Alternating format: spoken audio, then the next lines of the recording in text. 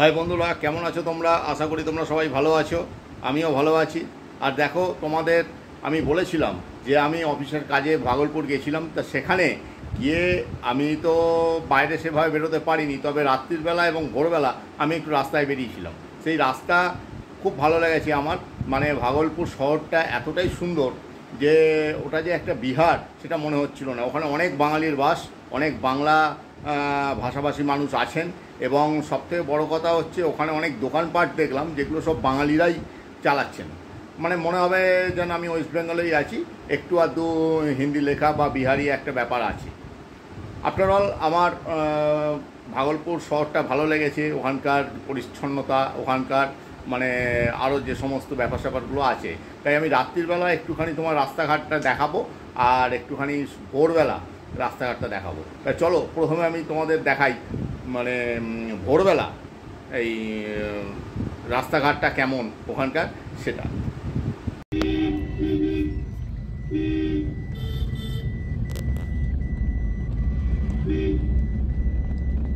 আমি সকালবেলার রাস্তাগুলো তোমাদের দেখাচ্ছি। আমি এটা তুলেছি একটি গাড়িতে করে। দেখতে পাচ্ছ একটা কার আসছে, সঙ্গে দু একটা বাইক, এবং রাস্তাঘাট পুরো ফাঁকা, সেভাবে এখনও মানুষ পথে নামেনি। আর তোমরা একটু পরেই দেখতে পাবে যে দোকানপাটও আছে, কিন্তু সব বন্ধ, দু একটা খুলেছে। এটা হচ্ছে সকালবেলার ভাগলপুরের রাস্তা। আর একটা কথা তোমাদের জানাই, আমি যতটুকু ভাগলপুরকে দেখেছি, যেটুকু জায়গা আমি তোমাদের দেখেছি আমি, বেশ পরিষ্কার পরিচ্ছন্ন। ফুটপাতের মধ্যে হকার নেই, জবরদখল নেই, এসব কিছু নেই। হয়তো অন্য জায়গায় থাকতে পারি, কিন্তু আমি যেটুকু দেখেছি সেইটুকু বেশ নিট অ্যান্ড ক্লিন।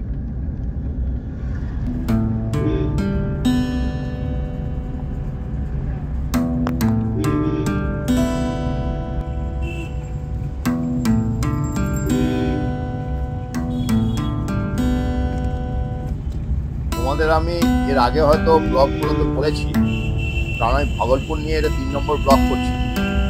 সেখানে আমি বলেছি ভাগলপুর একটু বর্ধিষ্ণু শহর, এবং এখানে অনেক বড় বড় শপিং মল আছে, বড় বড় দোকানপাট আছে। মানে খুব সুন্দর একটা, মনেই হবে না যে আমরা ওয়েস্ট বেঙ্গলের বাইরে গেছি।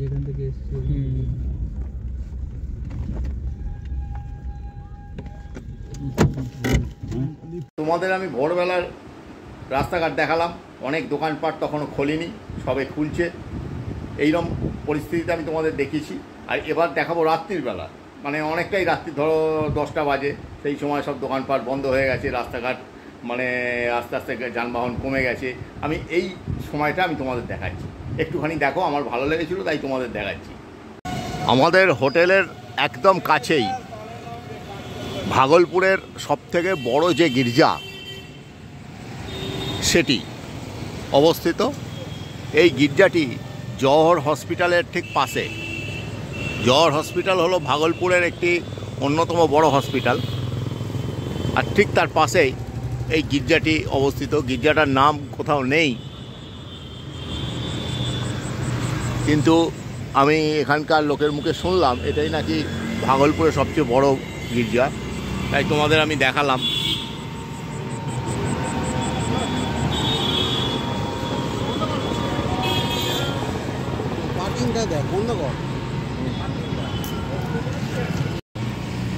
এখানে একটা হনুমান মন্দির আছে।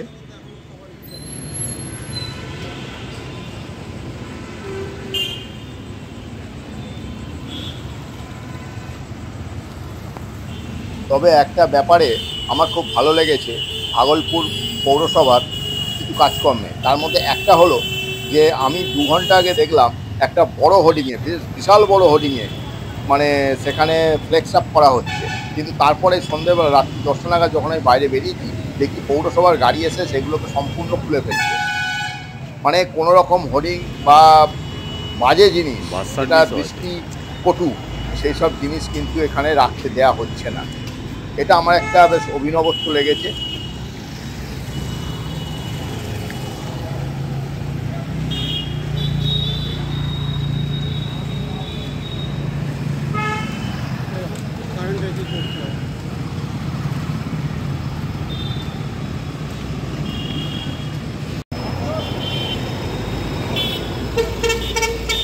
তোমরা দেখছো রাতের ভাগলপুর।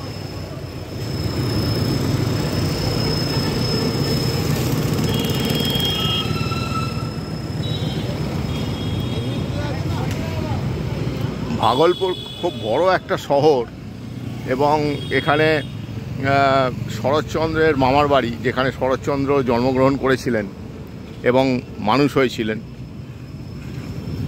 এছাড়া বনফুলের কর্মক্ষেত্র, বাসস্থানও ছিল ভাগলপুর। সুতরাং এই সব কিছু দিক দিয়ে দেখতে গেলে ভাগলপুরের একটা আলাদা ঐতিহ্য আছে।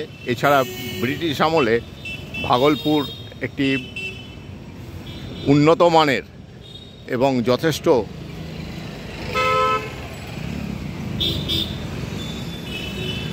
ভালো মানের, যেটাকে বলে, একটা শহর ছিল। এখন রাতের গাড়ি ঘোড়া অনেক কমে গেছে। আমরা একটু 10টা বাজে এখন। সন্ধেবেলায় প্রচণ্ড ভিড় হয়েছিল।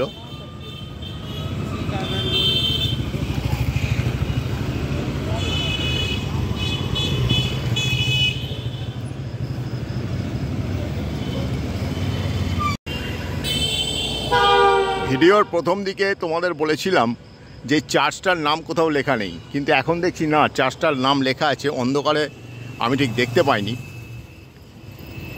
Saint Benedict church.